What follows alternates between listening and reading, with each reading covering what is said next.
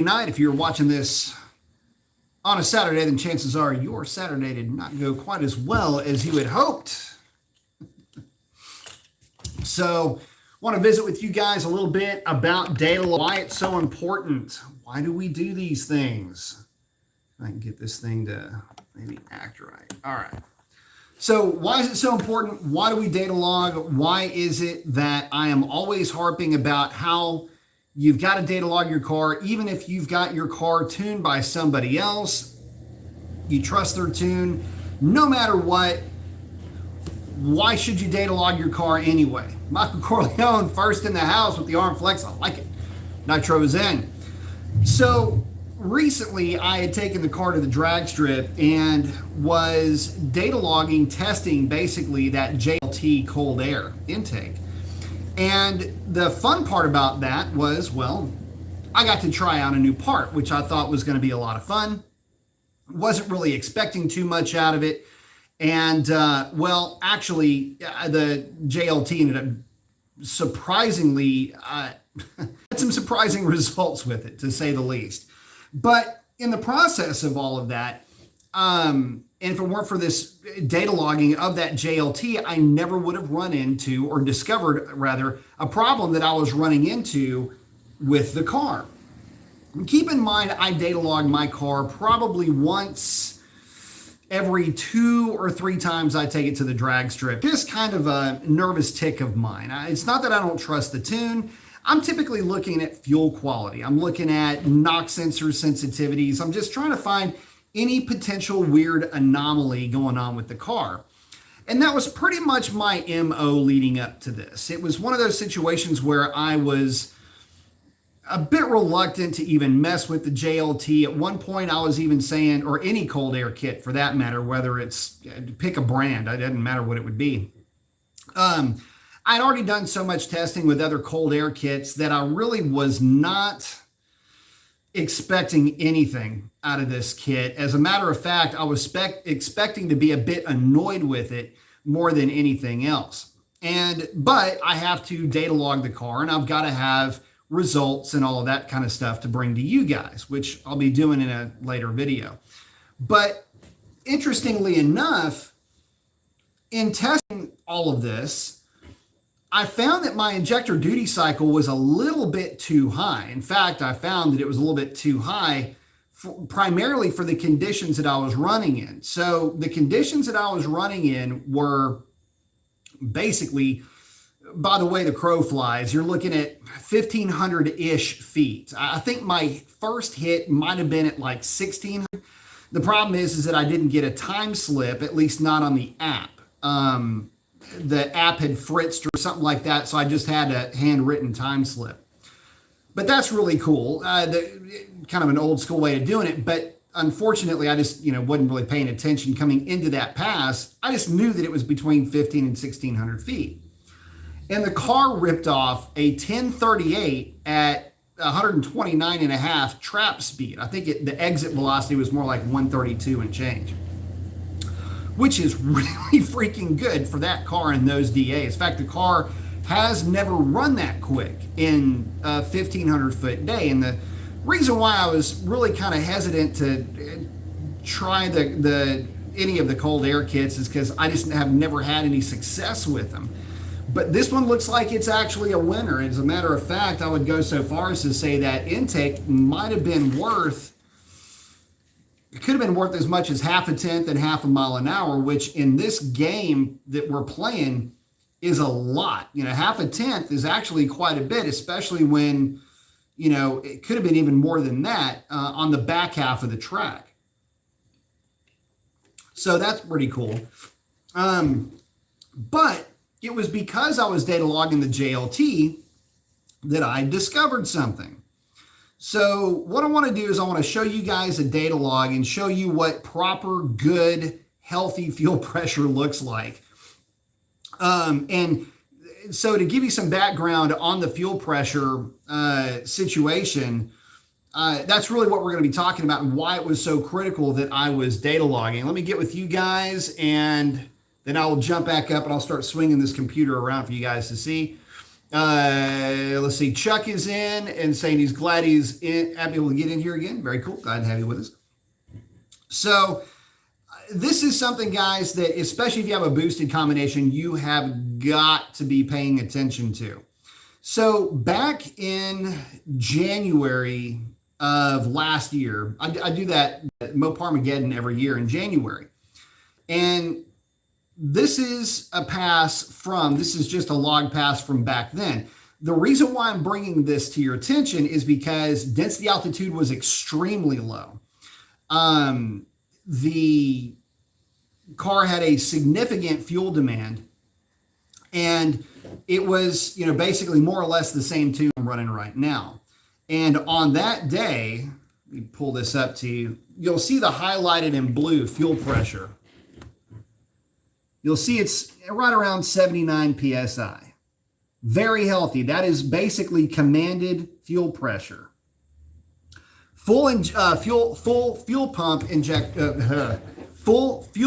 duty cycle with 87.8% injector duty cycle.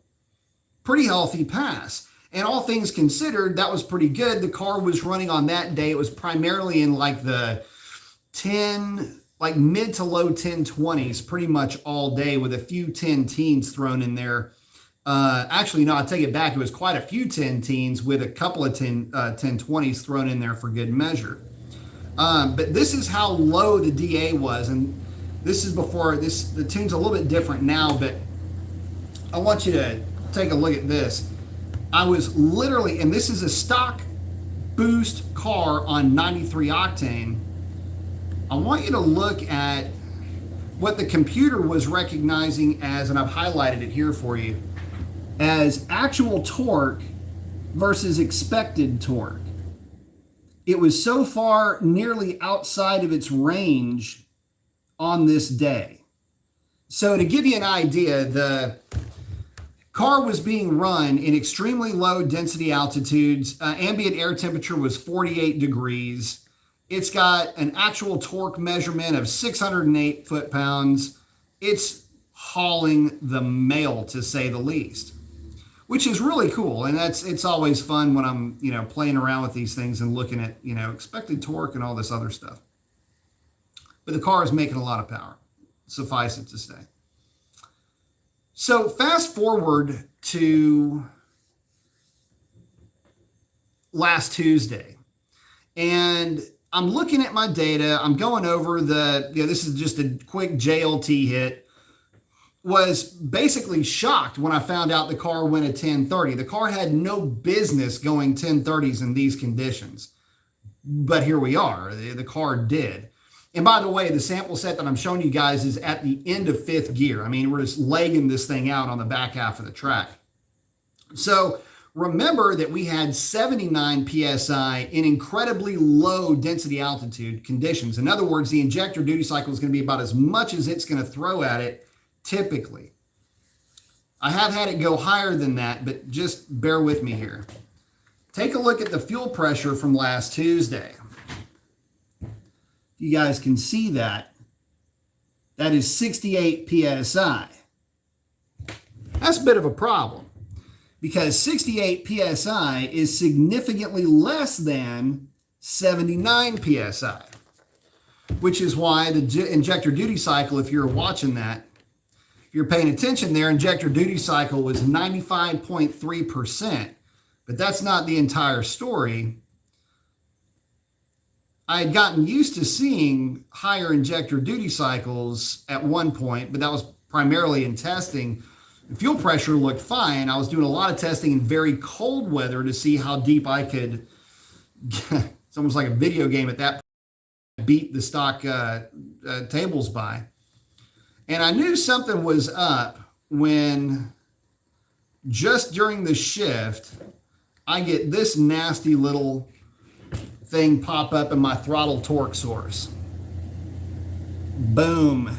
See right there where it says injector PW? That means that the injector pulse width at that point had gone outside of the parameters for what I consider to be safe. And it was actually at that point, had the condition carried on any further, it would have popped open the bypass valve, and that would have been all she wrote. By the way, at that point, this is right through the middle of the shift, it would have dropped down to 67 psi, which is what you would expect.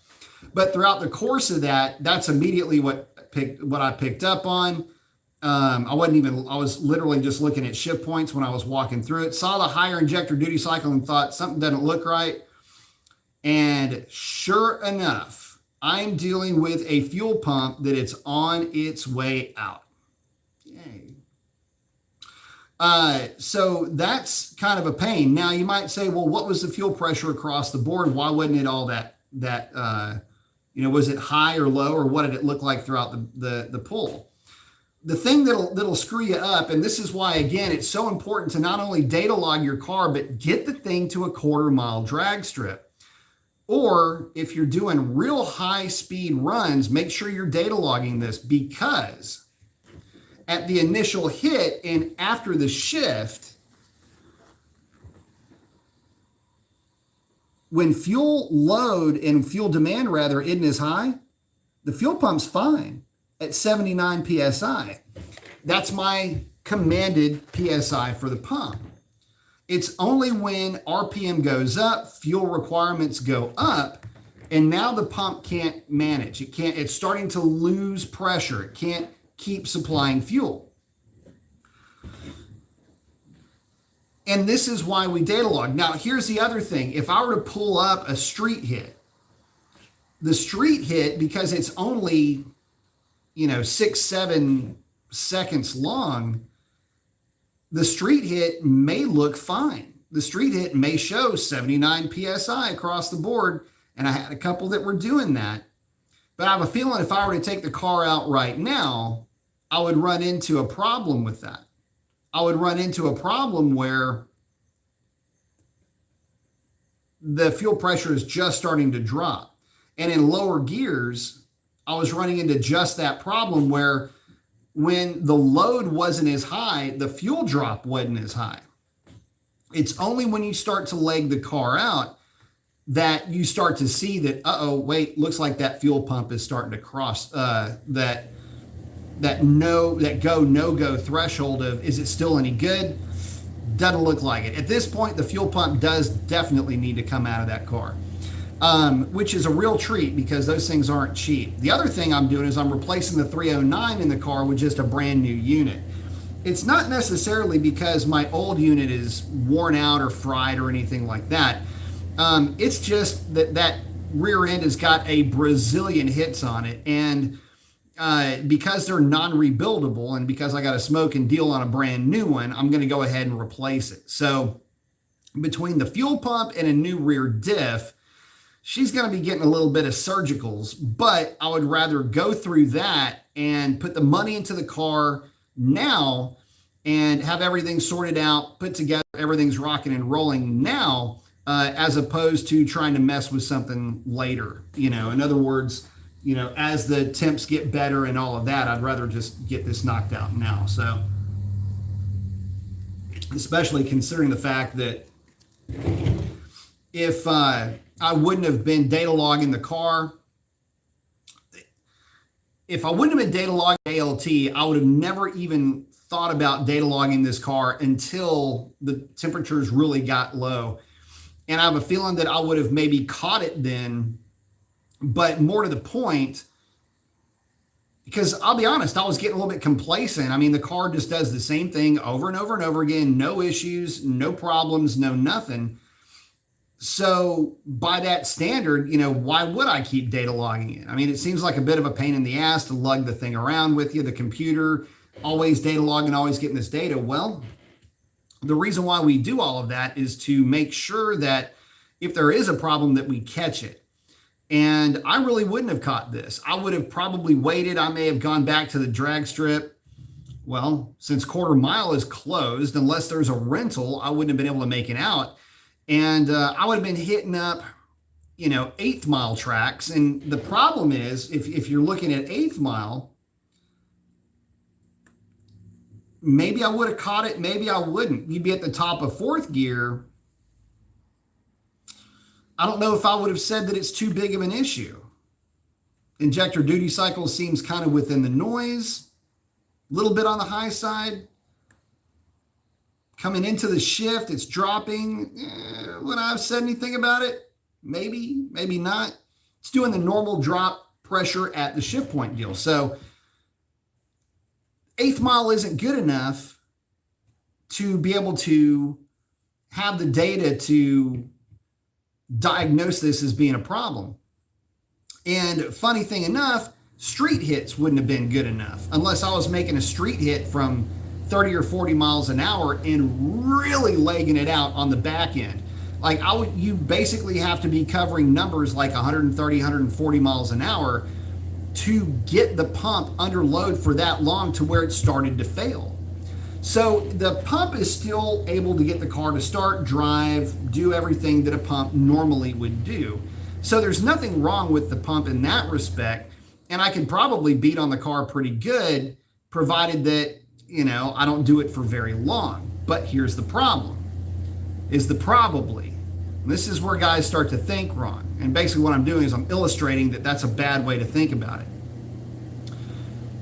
This pump's on its way out, and if I don't replace it, then I run the risk of blowing my engine up, which I'm really not in the habit of doing. Although I do have safeties in place, there are tuners out there, and this is the other side to this argument. There are tuners out there that will raise the injector pulse width limit to just be able to cover, okay, well, you're at 98%, we're just going to raise the injector duty limits up, and you're not going to run into a problem. A lot of times guys will do that with booster pumps and things like that. I don't believe that's a good idea. I've heard some horror stories, actually, talking to some friends that are in the business, some colleagues and things like that, where just things that they've run into.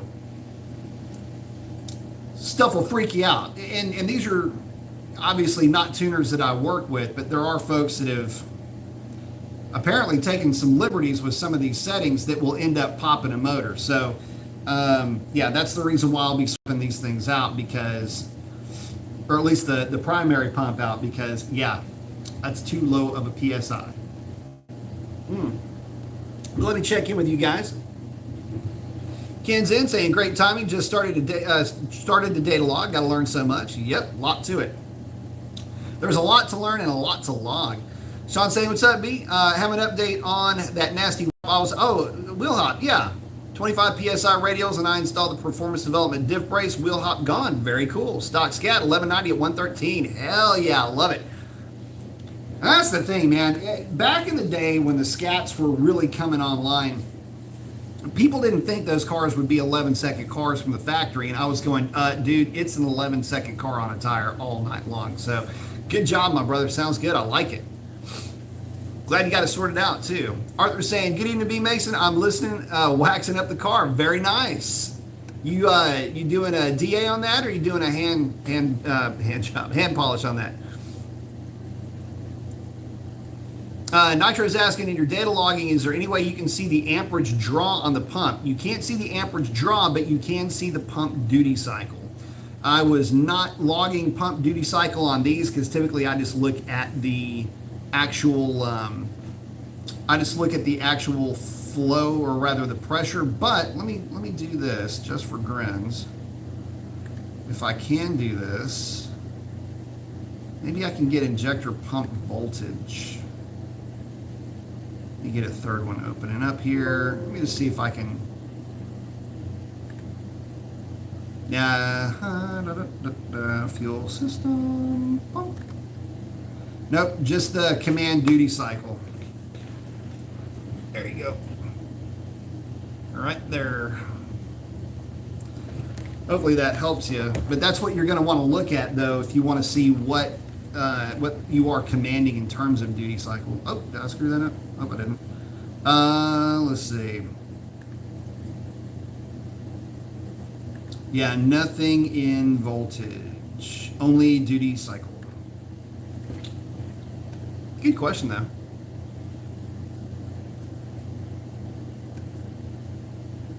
Ken's asking if I'm going to replace the pump with a dual pump system. Negative, Ghost Rider. I'm going to be replacing it with a stock pump. And the reason why I'm replacing with a stock pump is the OEM pumps are really good. It's difficult to say off the top of my head how many passes I've got on my car. But I have got a whole lot of passes on this car. I'm not planning on going up in power, so I don't need to go with a dual pump system. So in saying that, is there any drawbacks to a dual pump? No. In fact, the injected engineering pump kit is really good, actually. It's just a little bit pricey. So in looking at my fuel system needs, I get it. It's better to need it and not have it than to, all of that. Or better to have it, not need it, than need it and not have it. Well, we'll get that one backwards. But the reality is I just don't really need a dual pump system for the car. It's doing great with the single. And look, I mean, you'll see dual pump kits fail a lot if you're taking the car to the track a lot. You have to remember that these are deadhead pump setups. There's not a return up front. You're not circulating the same amount of fuel necessarily all the time through the pumps. This thing deadheads when it goes to wide open throttle or under heavy loads in general. And that puts a lot of strain on the pump. So even if you've got 1 pump, 2 pump, 3 pump, 5 pump, 10 pump, it doesn't matter. They're all deadheading unless you've got a return style system. And so this car goes to the track, or has been going to the track a ton. We were trying to figure out how many passes my car has on it. And we came up with somewhere between 500 and 550 passes at least that this car's got on it. So, how many passes is a stock pump good for, or an aftermarket pump for? I really don't know, but I would say somewhere around 549 if I've got 550 on the car. Oh, Boosted Emmy saying he ran a personal best in the 8th with his full weight Charger, 643 to $110. Very nice. 141 60 foot on DBRs. 93 octane with Boostain. Very nice. That's scooting through the 8th. That's a fun time too. Like your car, Boosted, is like in that, it's at the top of what I would consider to be the fun zone for these cars. Being able to run a $110 through the 8th.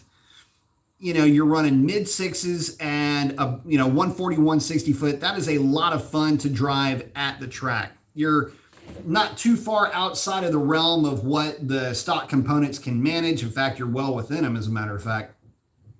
Tire technology can keep up with you. It's just a lot of fun. So that's awesome, man. I'm stoked for you. That's actually one of my more favorite combinations to run. If it's not one like Chandelier, it's one more like single pulley or a mild double pulley setup. Those are a lot of fun. Chuck's asking, his question for tonight is,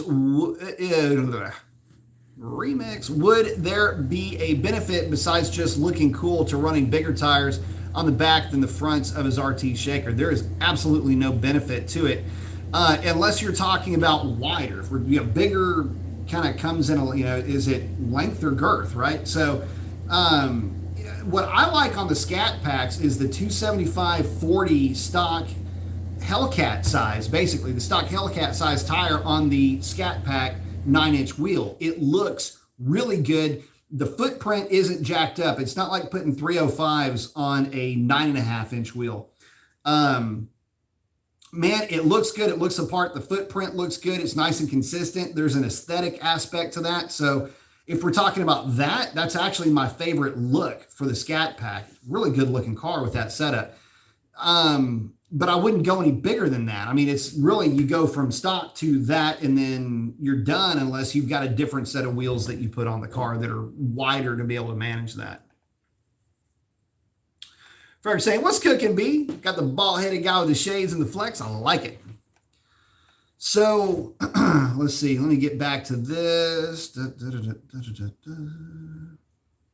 Got a bunch of windows open here, so bear with me. There we go. So what would have happened, I guess, is the question if I had not, you know what? Hold on. Before I get to that. when it was cold out, this car was freaking huffing, bro. Holy criminous. Anyway, I guess the real question is, what would have been the logical chain of events that would have taken place if I would not have been data logging the car as, you know, vigilantly, I guess you could say. It's kind of a weird way to put it, as I have been. Because, and this is, by the way, like, what would have happened? Well, I would have noticed the fuel pressure dropping. I may have taken it to the 8th mile a few times, play around with, you know, maybe a couple more tune parameters, and which I doubt, because this tune is pretty much spot on. And, you know, go through a couple of, you know, street hits or something like that. Maybe I do some draggies or whatever, and I'm not paying attention to this. What would have happened is, as the temperature drops, the fuel demand goes up. You've got cooler, denser air. Supercharger's really cramming that air into the car. You need a lot more fuel. Pump's not able to keep up with things, and injector duty cycle really starts to spike. What would have happened is I would have noticed the car lay over on a pass, is what would have probably happened. And the reason for that is I would have blown way past my injector duty cycle safety threshold, which means it would have cracked the bypass. The car would have laid over. I would have freaked out because I probably would have thought that I popped something, because I'd have been doing this in cold weather, which is when Mopars can get stung. And if in doing that, I would have popped it, it means I may have popped a ring lane because of a lean condition. Now, just because you go lean doesn't mean you blow your engine up. But the problem is if you're out beating on the thing and something like this happens, you are relying on sensors that have a refresh rate that is very fast, but it's not instant. And the sensors have to react, the computer has to react to the input, and then the computer has to tell parts, which are mechanical, to start doing things, which means busting open the bypass valve, pulling timing, and doing everything that it can to throw the car into a quick limp mode, if you will. Does it mean I would have blown my engine up? Maybe. I mean, if I was leading up to that point and I went lean in the process at high RPM or high load before everything had a chance to react, maybe. But this is an opportunity for me to give to you guys reasons for always data logging your car, especially when conditions change. If your car is tuned, you've got to be data logging your car. If you're out beating on your car quite a bit, you've got to be data logging your car, because if you're not, at least, and I'm not saying every time you drive it, but on occasion, you've got to give it a health checkup. Just like you go to the doctor and, you know, get checked up, you got to do the same thing with your car to make sure all the systems are working the way that they're supposed to be. Because if you don't and you run into problems like this, that can be an engine, and that's a bit of a problem, especially if it's tuned and that tuner got a little bit crazy with injector pulse width limits. Also, here's the other reason to bring this to you. It ain't like these cars are spring chickens anymore. You know, you're dealing with cars now, you know, especially for the modern era hot rods that are, you know, the 2015 and up cars. Whether it's a Mustang, Camaro, Hellcat, doesn't matter. You're talking about cars with pumps in them that are coming up on me. My pump is going to be turning 7 years old. As weird as it is to say, that pump is going to be 7 years old in less than a month. My car's birthday is November 19th of 2014. So, and I've only seen one Hellcat that was older than mine, by the way. So, it's turning 7 years old. They can only last forever. And again, in that amount of time, this car has had a ton of wide open throttle hits. The pump has served us well. It's time to retire this thing and get a fresh pump in there. So again, to bring you guys back full, for you guys that are coming in now instead of earlier when I was going over all of this, what happened was, let me bring you up to speed really quickly. What happened was, I was data logging the JLT cold air on the car and ran into a situation where I had higher than what I should have had injector duty cycle. So to illustrate for you guys what a healthy fuel pressure looks like, this is a year ago in January, and you'll see right there in the middle of the screen, it's showing 79.2 PSI. That's basically what you're commanding. Just the other side is 79 PSI for that fuel pump. And injector duty cycle is 87, basically 88%. Now then, fast forward to last Friday. When you have fuel pressure that's cascading down to 68 and change, that's a bad thing. And keep in mind, I'm still in the meat of that pull on the back half of the track. So, injector duty cycle of 96% at that point too. And that's why, again, we were able to immediately diagnose that we've got a fuel pump that's going bad. And now I'm just saying all of this to give to you guys a better understanding of, number one, why we are so adamant about data logging these cars. Also to remind you guys, fuel pumps don't last forever. All of these components that you got in your car, they do have a service life. Now, the Hellcat's pretty robust, and a lot of its parts will last hundreds of thousands of miles. But depending on how you're running the car, how often that pump has been deadheaded, and keeping in mind also that we're dealing with 10% ethanol fuels, which are not very kind to these parts. Now, granted, your pump and your fuel system is actually rated, certified, or however you want to look at it. It's good for E15 or 15% E85. By the way, fun fact, if you've ever wondered why your air-fuel ratio, or in the tune it's fuel-air, but your air-fuel gauge in your Hellcat always reads 13.7 instead of what you would normally expect to see, which would be 14.7 for gasoline, well, it's because you don't run your car on gasoline. You run your car on E10, which is actually 14.08 stoichiometric value. That's why your pivot number would be 14. But what about the 13.7? That's right. You smart ones already figured it out. That's the stoichiometric value for E15. So if you're running E15, that gauge will be exactly right in terms of what the actual fuel air is. Except it's weird because it's got the lambda symbol there. Why can't you just change the view to lambda? I don't get that. Anyway, if you change it to lambda, it'd be the same no matter what fuel you're running. But let me see what everybody's up to in here. Mike is saying he's hooking up a progressive controller that wires. What wires are best to tap into for good RPM and TPS signal? I've read the negative side of the coils or injector TPS at the pedal wire. What color wires? I don't know what color wires they are.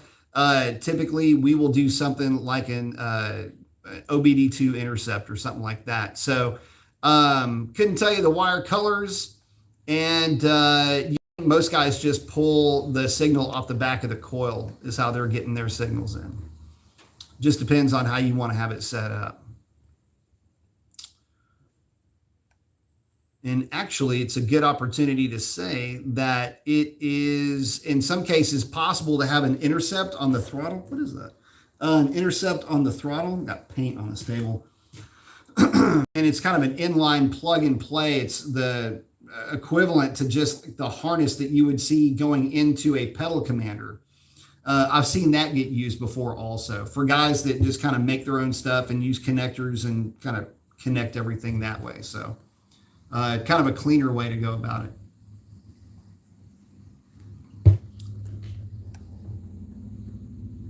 Let's see. Yeah, the pulling the signal off the back of the coil is usually the best way. Yeah, I cannot remember what the color wires are for that. And they also, to that point, I forget the name of the company. There was also an intercept that worked with that too. That was just kind of an inline deal. And so you'd have the connector. It just basically connects, and then you had a pigtail that came off of it, and you'd use that to run to the back instead of cutting wires and stripping wires and things like that. So I was asking, how does the tire size affect gears? I know it'll bring my gears down if I run a taller tire, but I'd want to know because I'd like to get a 355 or 373 out of it. Well, it's actually pretty easy to figure out. So if you drop your tire height, a lot of guys will go diameter or, run out or whatever. It doesn't matter. If you drop your tire height 10%, it's basically like adding 10% to your gear. So if you had a 28-inch tall tire and you went to a 25-inch tall tire and you had a 3.0 gear, it would be the mathematical equivalent to having like a 330 gear in your car. And the inverse of that is also correct. If you raised your tire size by 10%, you would effectively be dropping your gear the same way. So if you started out with a 330 and you put a 3-inch difference, a 10% difference in tire, then you'd be going down to a 3.0 effective ratio.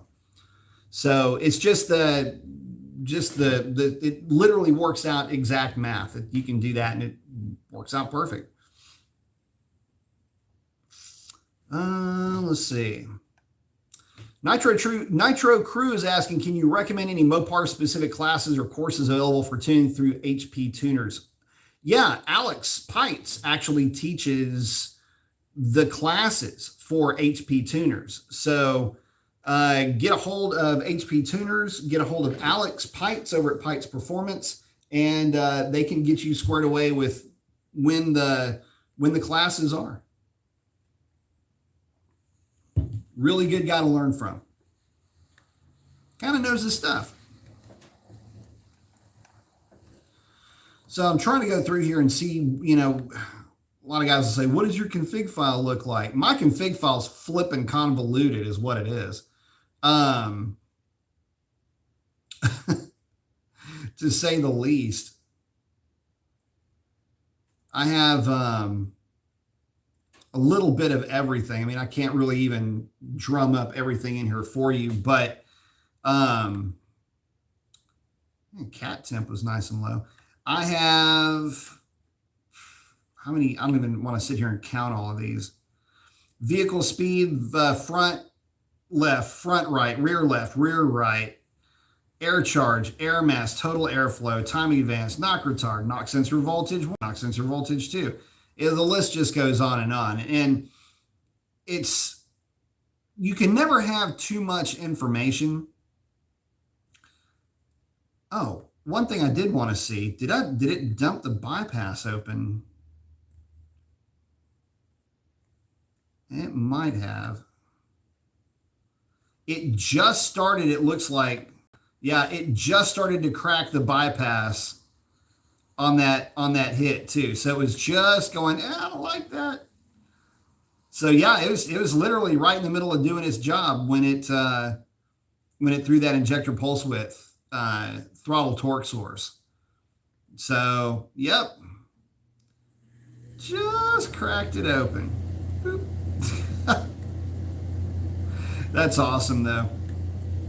It's always fun to see what these things are up to behind the scenes too.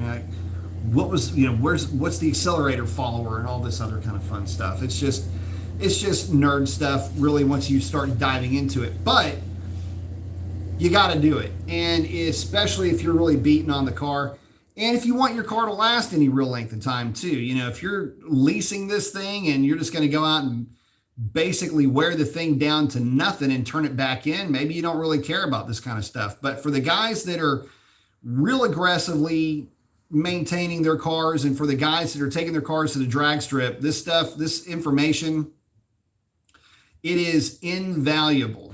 So hopefully that convinces you that it really is that important, even with a car with stock boost like mine.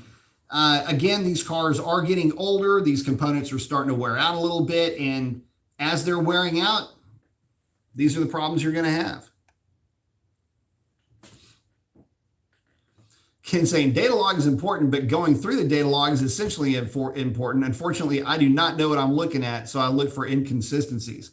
Well, the problem is, and I get that, and this is where you've really got to become a student of this, because what really designates an inconsistency? There's so many moving parts to this thing. And, would you even notice that the fuel pressure was on a descending pressure curve? I don't know. I mean, you're looking for so many different things. And if everything's looking good, the car's running good, it's, running out the back door like a freaking banshee, it's kind of hard to, I don't want to use the word justify, but for a lot of guys, it's hard to explain away the idea that, well, we're going to data log it again, and you're going to look at these data logs and go, well, there's something going on here. I don't really know. And that's why you got to get with your tuner. You got to get with somebody that knows what they're looking at and can tell you what to look for. Well, I can tell you what to look for in this chat that we're talking about. So number one is fuel pressure, making sure that you are sticking with your commanded fuel pressure throughout the curve or throughout the pull. If you see a slight drop, it's really not that big of a deal. Most cars will drop a little bit of fuel pressure only because you got to remember that you have a pump. And at the end of that pump, there are 8 nozzles. The longer they're open and the longer that they're open for any given amount of time, we'll just use a second because it's easy to talk about. The longer that those injectors are open, it's just like if you're holding the nozzle a little bit more or a little bit more open on a garden hose. The internal pressure will drop because the pump has a finite amount of flow. The orifices are, in some respects, infinite, either closed or wide open in that respect for how much fuel is going to come out. The idea is that the pump's duty cycle will be able to keep up with the actual flow. In other words, you're running the thing wide open. Well, if you notice that the fuel pressure starts to drop when it ought not be dropping, that's an inconsistency, and that means your pump's starting to go. Other things to look at. If you've got short-term fuel trims that are really leaning in one direction or another, either it's throwing a lot of fuel at it, which is usually an exhaust leak, or it's yanking a lot of fuel at it, which could mean a bad injector. Those are things that you can look at as well. One bank will be way off from the other. Normally, they'll just kind of oscillate back and forth. They kind of do this a little bit. There's not a whole lot of deviation with that. My car typically at wide open, I mean, it's pulling just a little bit of fuel. Let me see something here. Yeah, I mean, my car looks pretty good. It's pulling just a small amount of fuel, and that's exactly what it's supposed to do. In fact, the injector data in these cars is erring on the side of being rich. So there's that. But if you see one of these numbers that's really out of whack, one of these numbers right here, you see one of those is like negative 15 or plus 15 or something like that. That means there's clearly something has gone amiss with one of those banks. What else is a good thing to take a look at? Let's see. Air charge temperature. If you've got a Hellcat, making sure that air charge temperature, that's basically just the downstream temperature of the supercharger. If you see that thing spike, and it's a stock car, if you see that thing spiking up around 170, 180 degrees, you might have an issue with your supercharger heat exchanger pump. Could potentially be an issue there. Oil pressure, always a good thing to look at. My car, it's sitting around 76 PSI at wide open throttle on the back half. So as long as you see something in the 70s, you're probably going to be okay there, although I prefer to see a little bit higher. Let me see what it was running when the car was a little bit warmer. It was running, oh, there's that gross fuel pressure thing. It is, 79.5 on the back half, but it was also on a kind of a cold pass. So what's another thing to look at? Obviously, engine coolant temperature. Always keep an eye on that. You see it spiking around 230, 240. That's a pretty big problem. And, looking for anything that's really outside of the range of normal in terms of temperatures on that. Also monitor fans. I take a look at when fans kick on. I'm always looking at all kinds of stuff with these things. So Nitro is asking if the pump was going bad. Would you see that on long-term fuel trims? Not unless it's really bad. So what ends up happening is you'll have a situation come up where, and by the way, the short-term portion of that, it's short-term fuel trims based on duty cycle and based on the actual pressure that it's working with.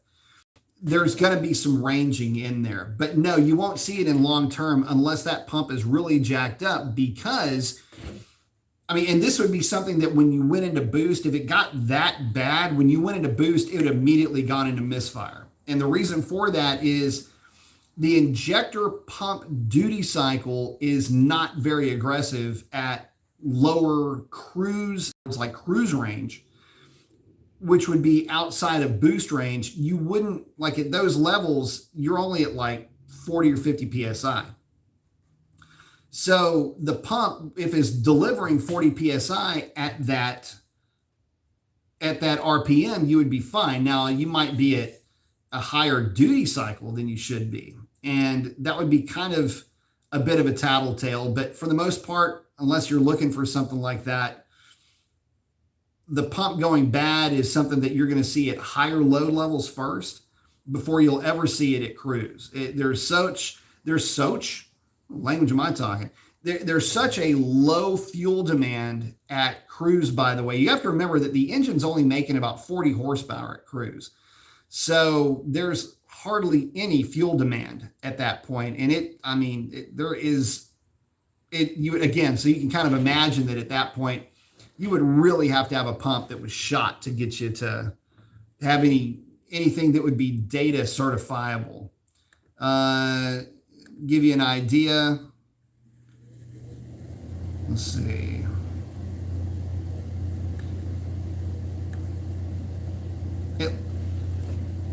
And also to that point, to a number that would be, you would start to catch. So in this case, my car is pulling fuel at long term because it's just warmer outside. And again, the injector data errs on the side of rich. And to give you an idea, my long term was, between 5 and 7% on the latest hit. It's only at around 2% when it gets really, really cold. So, it's not that far out of the range, but it's actually having to throw more fuel at it, which is obvious when it's cold. And it's about by the right amount because I'm about 2,000 feet below where I was here, which is about 6% more fuel that it would need. So again, long term, it would be really tough to diagnose it with long-term fuel trims. Short term, you might pick up on it, but still short term's doing this all the time, so it's kind of hard to catch it. Let's see, what other fun and interesting things can I bring to you guys? Any questions that you have about data logging or data in general? If you want to know what data that I've got compared to yours, engine coolant temperatures, all kinds of fun stuff, let me know. I am here with the data in front of me. Oh, hey, wrong thing, whatever that was. Boom. Let's see. I'm trying to think if there's anything else I can bring to you other than that. Oh, well, let's talk about the JLT. So the JLT did pretty well. As a matter of fact, the JLT is staying on the car. I know that I have been talking about, the Hellcat air filter, Hellcat box. Yeah, it is the best. And especially if you're if you're daily driving the car, that is the absolute 100% best filter setup that you can go with.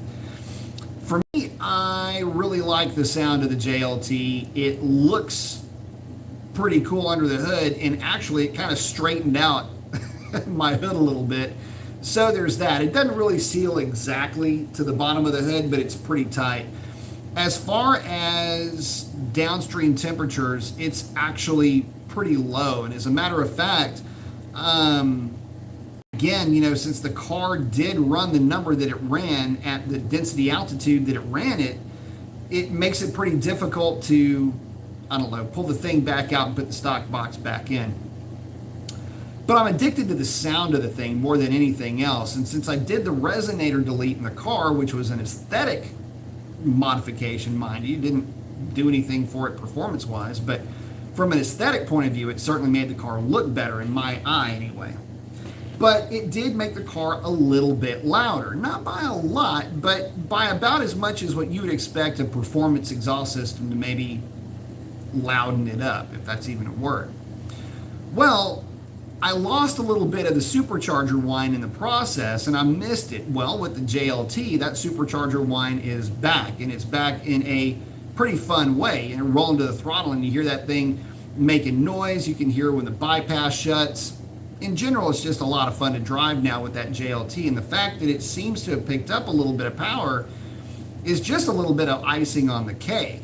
I have never experienced, ever, an intake that picked up anything. You know, at least if nothing else, you know, I say the car, and this is the truth, I went looking for passes and I couldn't find one and I'm still looking, by the way, for a pass that was quicker in the same DA with the same humidity. That's the thing I forgot to bring up. So the humidity on those passes was 88%, which is an obnoxious humidity number.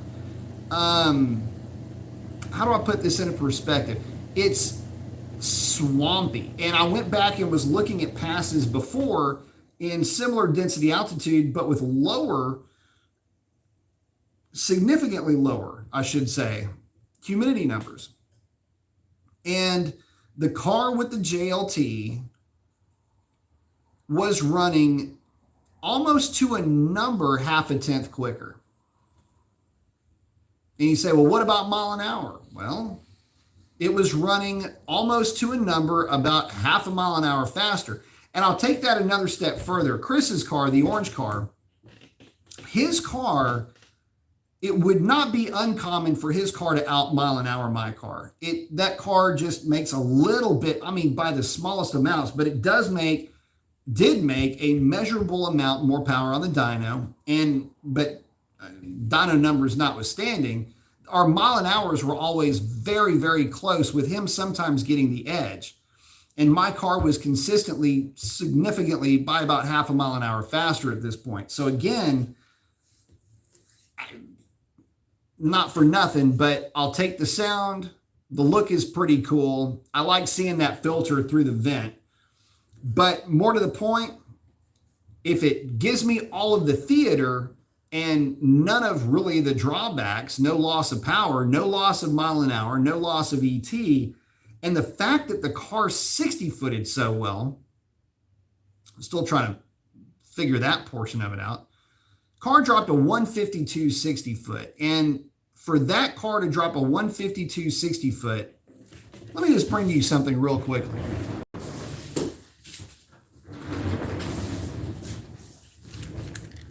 You know, I said I was going through data and I was eliminating. I probably got rid of, I didn't finish my sentence when I was talking about this. I probably got rid of 80 or 90 data logs at this stage of the game, just stuff that just because it's cluttering up. But my car went a 150 60-foot and went a 1038 at with a trap speed of about 129 and change. This is a time slip from April. And in April of this year, the DA was really low, like really, really low. We had like a cold front come through. And the car went 1019 in significantly colder air. I know it says 135, but that's exit speed. With a 150, what is that? A 151 with a 3, 60 foot. So keep something in mind. That is in significantly lower density altitude. And I'm basically a 1019. I'm 2/10 off of that. That's nuts going out there with the back end of that. I mean, I didn't think that I would be that close to that pass. So, and that's on a 0 DA, roughly a 0-ish DA, I think. Actually, no, I think that might have been -500. Anyway, that was a freaking lottery pass for that car in those conditions. And I mean, we weren't that far off. I mean, I get a couple of tenths is a lot, but it's not a lot when you start to consider the fact that it was just so damn humid. That was just crazy how humid it was. So anyway, I'm pretty happy with where the car is at with that JLT. And if in the grand scheme of things, it ends up not being any faster necessarily, I'll take the sound every day of the week. I love the sound of that thing.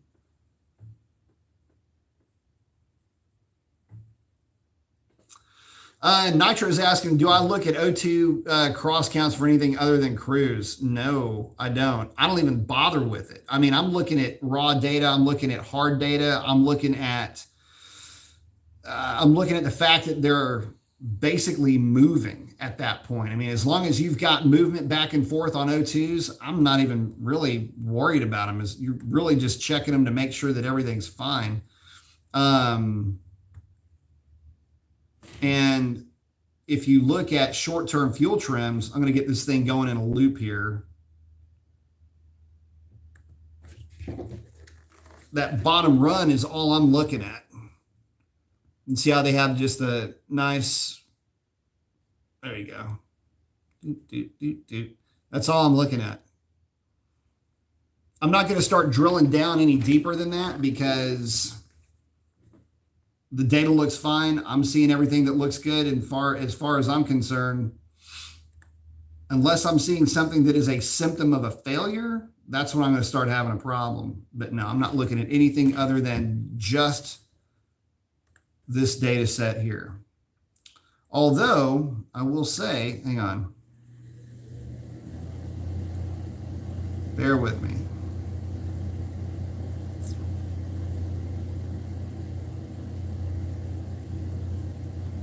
Hang on.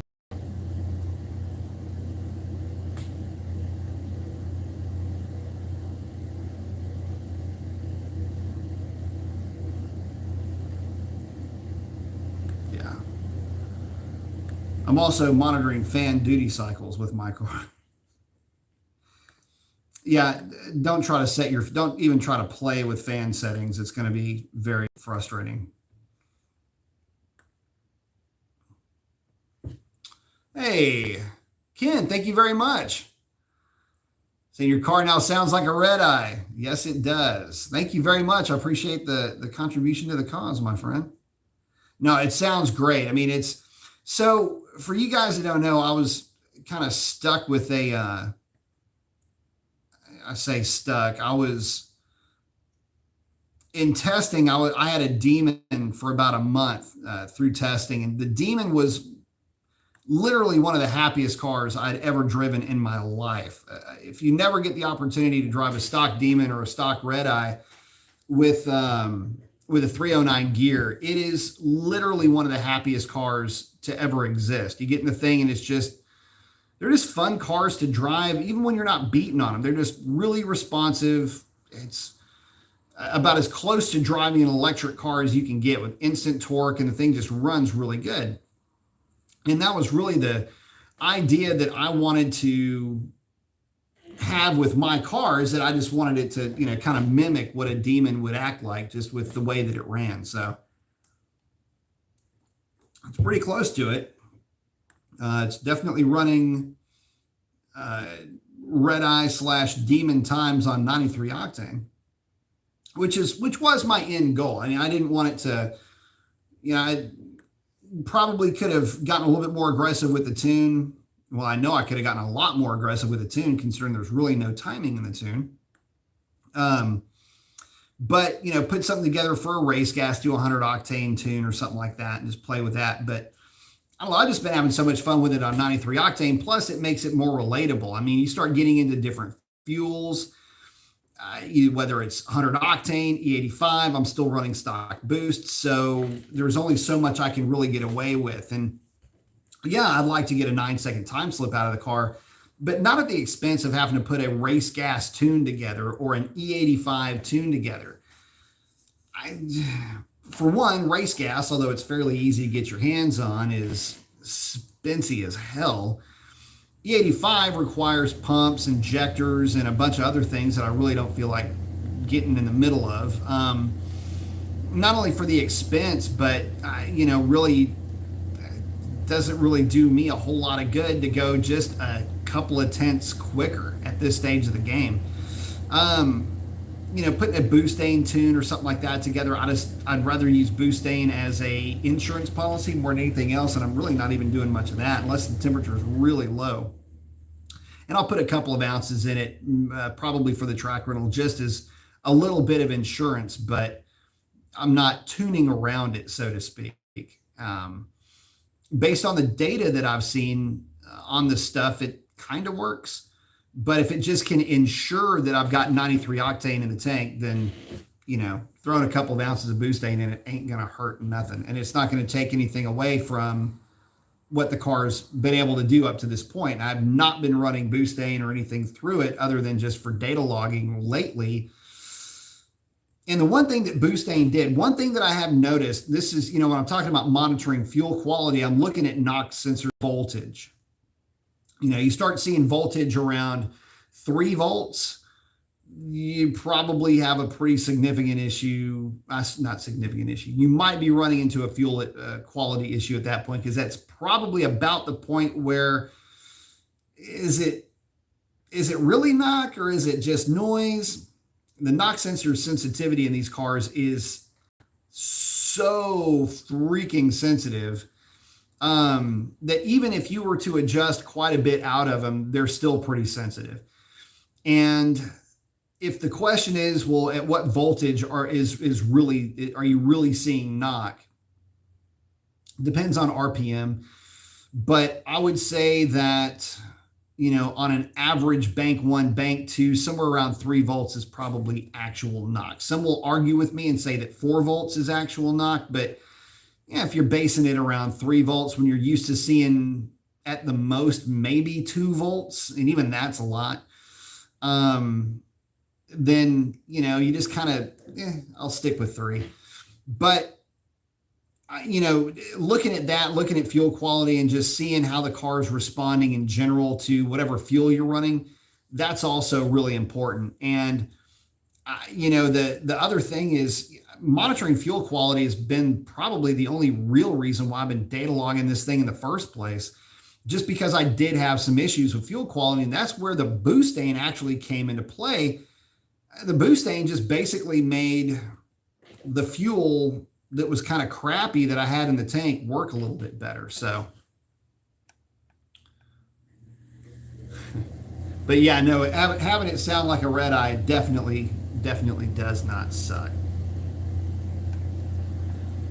And with that, guys, I hope I helped you out. If that helps you to, get you motivated to data log your car, I can tell you that it was definitely a surprise for me when that thing was not maintaining fuel pressure. But again, what should I expect?